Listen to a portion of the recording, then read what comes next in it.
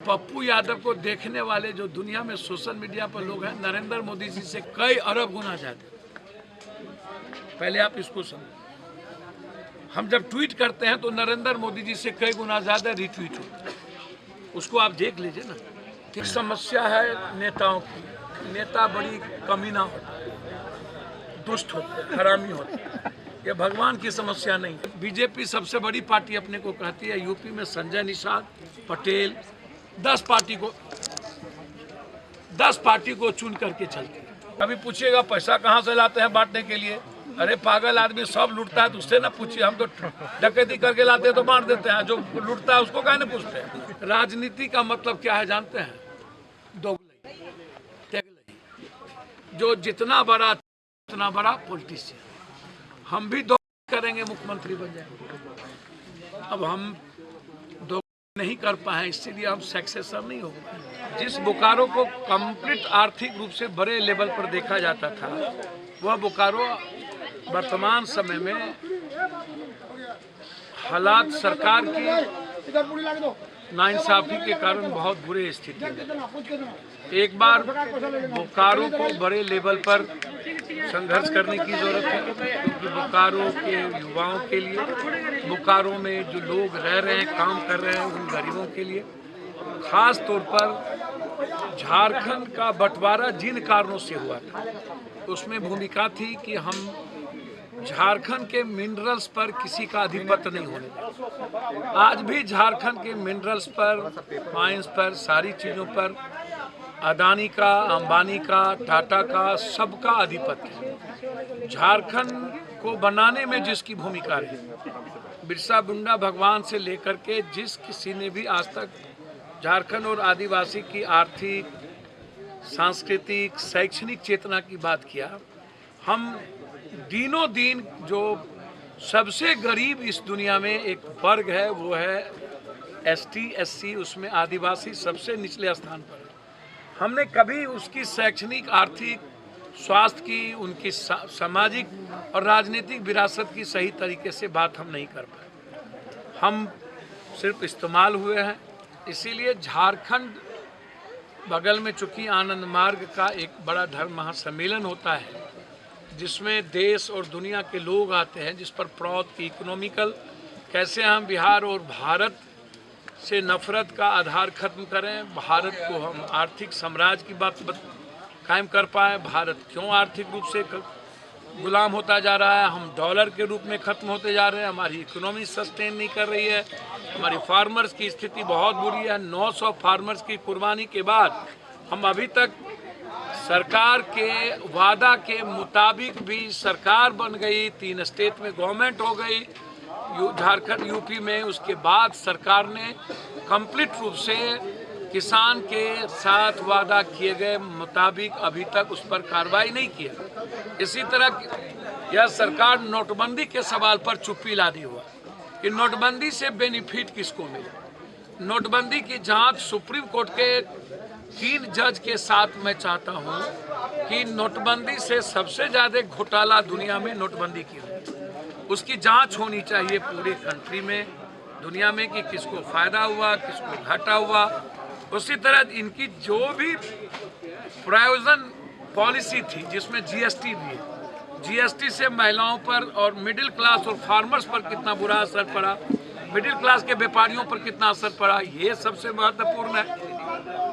जब हम बात करते हैं किसी भी कीमत पर झारखंड 32 की 32, तो मुझको लगता है कि हम हमेशा पॉलिटिकल सियासत की चर्चा क्यों करते। यहाँ पर बात करनी चाहिए झारखंड के निर्माण, झारखंड के माइंस की, मिनरल्स की। झारखंड में रहने वाले लोग को 1 लाख रुपया मंथली, सरकार, कोई भी सरकार यदि गंभीर हो जाए तो झारखंड का हर परिवार 1 लाख रुपया महीना कमा सकता है। सर 1932 को आप किस आधार से देखते हैं? नहीं, मेरा बिल्कुल बहुत क्लियर है।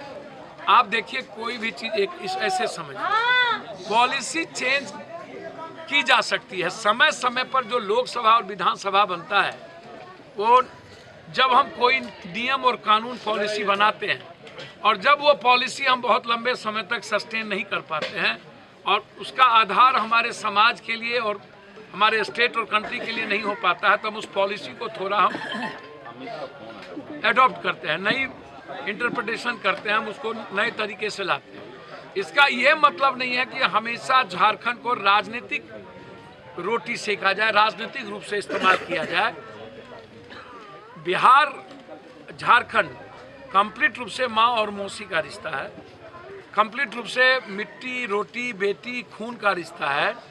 हमारा कल्चर, हमारी सामाजिकता कंप्लीट रूप से एक रही है। हम, यह बात अलग है, तो आदिवासी और गरीबों के शोषण में सबसे बड़ी भूमिका किसकी है?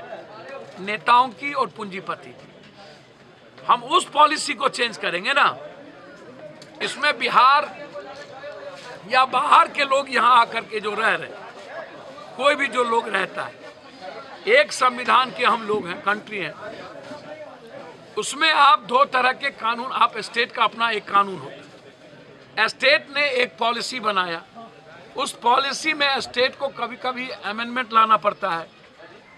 मैं समझता हूँ एक अच्छे अमेंडमेंट की ज़रूरत है, लेकिन यह आधार की 32 का जो आधार मान करके हम नागरिकता को लेकर के बात करते हैं, मैं समझता हूँ वर्तमान समय में जब हम अर्थ युग में हैं, जब हम आर्थिक आज़ादी की बात करते हैं, जब हम रोजगार की बात करते हैं, एक नई सामाजिक आर्थिक शैक्षणिक सांस्कृतिक क्रांति की बात करते हैं, तो वहाँ सिर्फ जाति धर्म मजहब या ऐसी चीज़ों का इस्तेमाल नहीं करना चाहिए जिससे सिर्फ राजनीतिक सियासत और सत्ता पर बहस हो, जिससे समाज टूटता है, नफरत पैदा होता है। चाहे हिंदू मियाँ का नफरत पैदा हो, चाहे बैकवर्ड फॉरवर्ड पर हो, चाहे किसी जाति को आधार या गाली दे करके हो, या मराठी गैर मराठी, गुजराती गैर गुजराती, बिहारी गैर बिहारी, झारखंडी।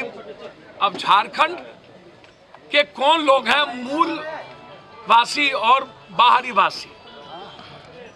जो मूल वासी, जिसकी रोटी मट्टी, जिसको आपने बिजली दिया, सब कुछ दे दिया, जिसको वोटिंग राइट्स दी, जिसको सब कुछ राइट अधिकार है, और जो यहाँ के आर्थिक निर्माण में जिसकी भूमिका है, तो आप उसको यदि गलतियां हैं तो आप उसको आर्थिक रूप से कटल कीजिए, आप दे दीजिए कुछ आरक्षण, आप अधिक रूप से आप आदिवासी को दीजिए। मैं भी चाहता हूं, मैं सच कहता हूं, आप आर्थिक रूप से यदि आप आदिवासी को कुछ करना चाहते हैं तो जितना ठेका पट्टा है दलित एसटी एससी को सबसे ज़्यादा, आप आदिवासी को आप 60 और 70% सभी ठेका में आप भूमिका दे। आप ठेका पट्टा में तो दे रहे हैं पप्पू यादव के दलाल को, पप्पू यादव के बेटा को, माफिया को, तब तो आप वहां देंगे। और जब आदिवासी के ठेका पट्टे की बारी आएगी तो आप 40% ही पप्पू यादव को दीजिए, 32 वाले को दीजिए, 60% आप मूलवासी को दे दीजिए। बनाइए ना पॉलिसी, तब तो आप अदानी को जीरो में यहाँ से सब कुछ देते हैं और अदानी यहाँ अरबों में जाकर के बेचता है, आप उस पर चैलेंज नहीं करते। जो बाहरी आकर के हमको लेके जा रहा, मैं उसको क्यों दूं? आप मेरी रॉयल्टी मेरे लोगों को दो ना, पहले भूमिका दो। जैसे प्राइवेट स्कूल में 30% गरीब लोगों का है ना, प्राइवेट अस्पताल में 40% गरीब लोगों को आपको इलाज कराना है, जो नहीं करता है। तो आप यहाँ पर बना लो पॉलिसी आदिवासियों। कौन कह रहा है आपको पॉलिसी नहीं बनाने? मैं आऊँगा तो मैं भी पॉलिसी बनाऊंगा, कंपलसरी एजुकेशन करूँगा, कंपलसरी हेल्थ करूँगा, 1 रुपया नहीं लगने दूंगा, किसी कीमत पर नहीं लगने दूंगा।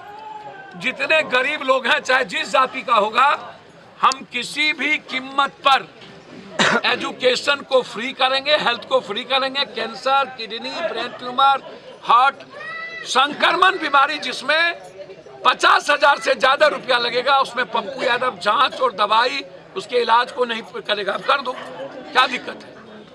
आप कर दो कि जितना प्राइवेट ठेका है और जितना माइंस में है, पप्पू यादव यदि माइंस लेगा तो उसको कर दो, इसकी रॉयल्टी आपको आदिवासी को देना है इतना %। तो पप्पू जी अभी जो 1932 को सही मानते हैं या गलत मानते हैं? मतलब अभी जो 1932 सरकार लेकर के आ रही है या लेकर के जो आई है उसमें नहीं, क्या? देखिए, मैं एक बात बता देना चाहता हूँ, मैंने उसके मजमून को नहीं पढ़ा, क्या वो पुराने पॉलिसी पे आ रहा है कि नहीं, कोई पॉलिसी बना रही। सरकार से मैं मांग करूंगा, कि झारखंड में रहने वाले जो सैकड़ों साल से यहाँ लोग हैं, उसको आप झारखंड की आत्मा समझिए, मूल ताकत समझिए।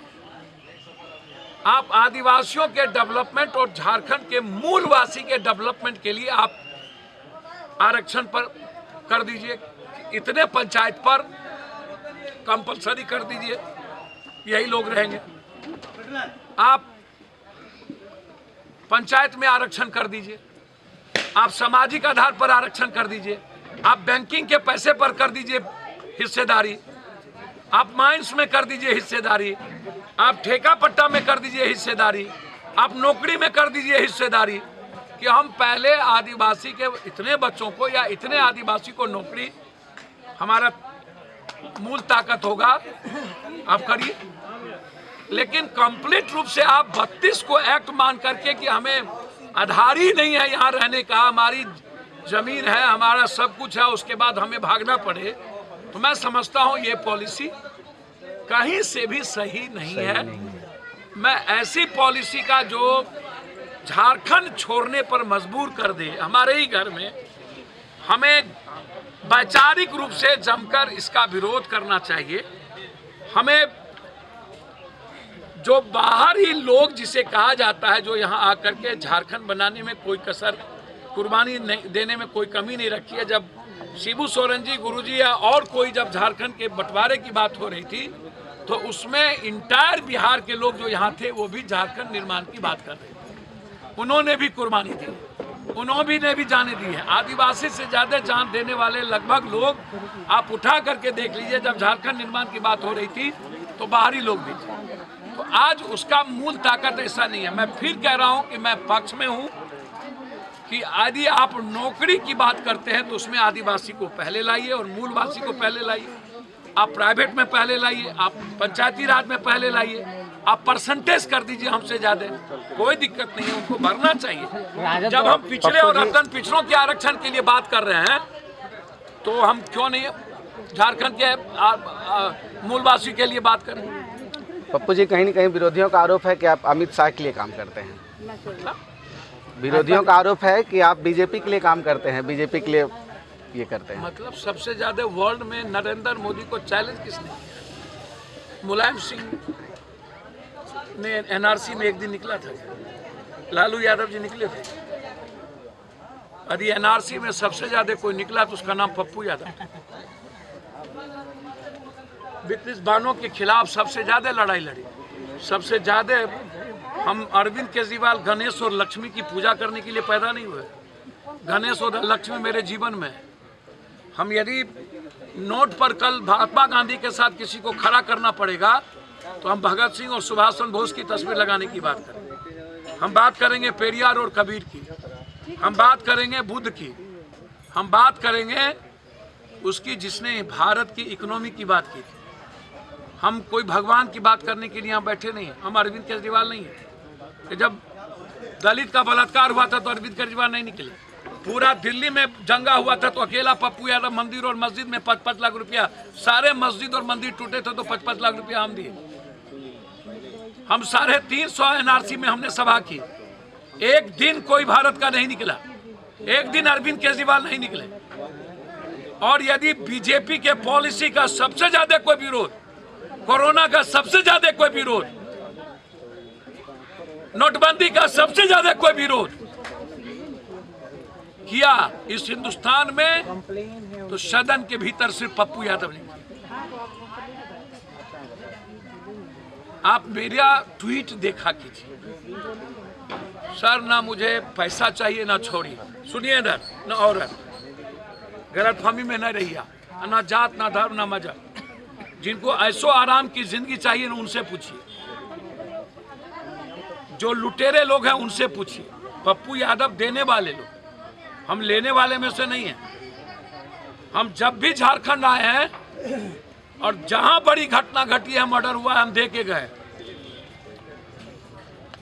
पहले आप समझ लीजिए। और दूसरी सबसे बड़ी बात आप समझ लीजिए, मैं आज एक बात और बता देता हूं। इस कंट्री में कोई यदि रियल में नफरत के खिलाफ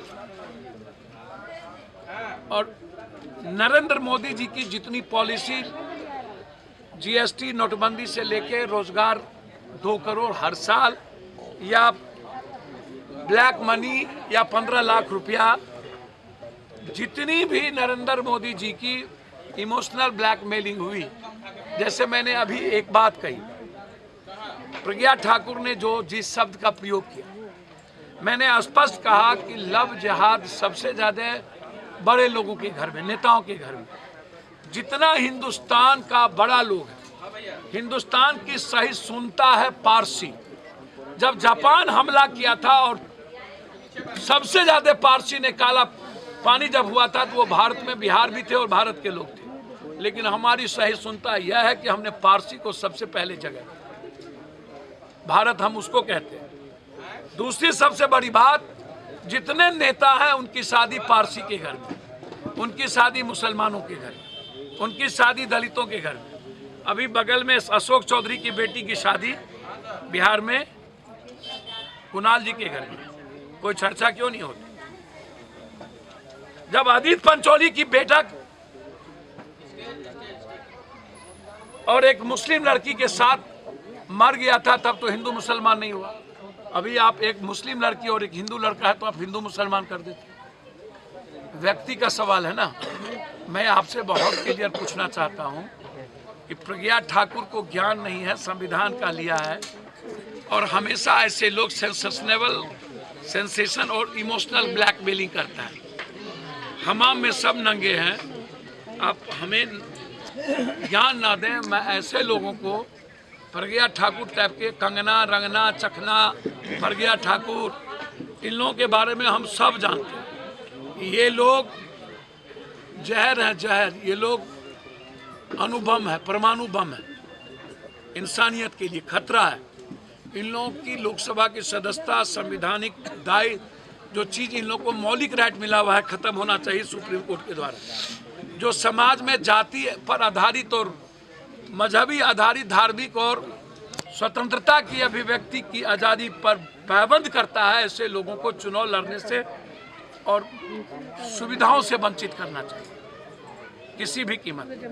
तीसरी चीज़, फिर मैं आपको एक बात कहूँगा, लगातार बीजेपी वाले हमेशा हमला करते हैं। इस कंट्री में कांग्रेस एक ऐसी पार्टी है जिसका आधार इकोनॉमिकल रहा, आर्थिक आज़ादी रही, बैलेंस रहा।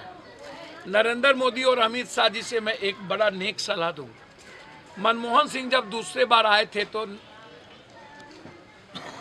राहुल गांधी जी को ऑफर किया गया था कि आप आइए और प्राइम मिनिस्टर बनिए। राहुल, उस वक्त पूरी दुनिया इकोनॉमिकल संकट में थी। राहुल गांधी ने फॉरगो कर दिया कि नहीं, मनमोहन सिंह जी कंटिन्यू करेंगे और मैं अभी पीएम नहीं बनूंगा। आप रोक लेते हो राहुल गांधी को दूसरी बार पीएम बनने से। राहुल गांधी ने याद पसंद किया संघर्ष करना, दादी को गोली खाते देखा, पिता को बम खाते देखा, और आज जिस यात्रा को कभी मक्का से मदीना मोहम्मद साहब ने शुरू की थी प्रेम के आधार के लिए, कभी जीसस क्राइस्ट का आधार था, कभी शंकराचार्य ने शुरुआत की थी, और ये नम्मा यात्रा है। और ये यात्रा इंसानियत के लिए है, ये यात्रा कंप्लीट संविधान और लोकतंत्र और जनतंत्र को बचाने के लिए, ये यात्रा कंप्लीट वसुधैव कुटुंबकम के लिए। हम कंप्लीट रूप से नफरत का आधार हमारा हो चुका है, आर्थिक आधार हम खत्म हो चुके हैं। लोग कहते हैं नौकरी दो, ये कहता है लव जिहाद। लोग कहता है शिक्षा दो, यह कहता है लव जिहाद। लोग कहता है फलना दो, यह कहता है भूमिहार। लोग कहता है किसान का क्या हुआ, ये कहता है ब्राह्मण। लोग कहता है फलना क्या हुआ, ये कहता है दलित। मतलब हम यदि बात किसान की करेंगे तो ये नफरत की करेंगे, हम यदि बात रोजगार की करेंगे तो ये लव जिहाद की करेंगे, हम यदि बात एजुकेशन की करेंगे, नोटबंदी की करेंगे तो ये हिंदू मुसलमान की करेंगे। आप कंप्लीट समझिए, और मैं इस मामले में बहुत क्लियर हूँ कि हमें पूरी देश के विपक्ष को कांग्रेस के नेतृत्व में एक होना चाहिए कंप्लीट रूप से।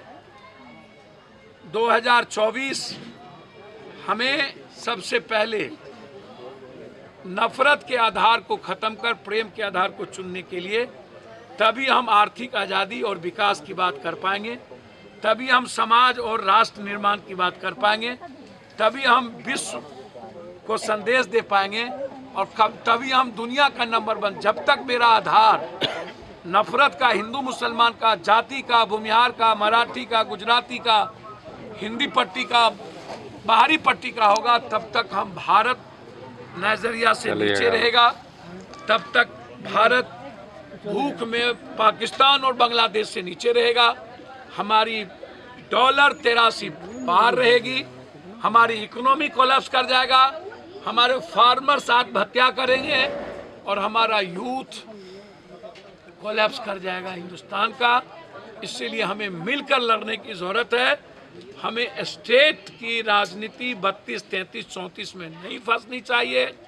हमें पॉलिसी चेंज करके गरीबों की ज़्यादा से ज़्यादा भलाई की बात करनी चाहिए, न कि नफरत का आधार चुनना।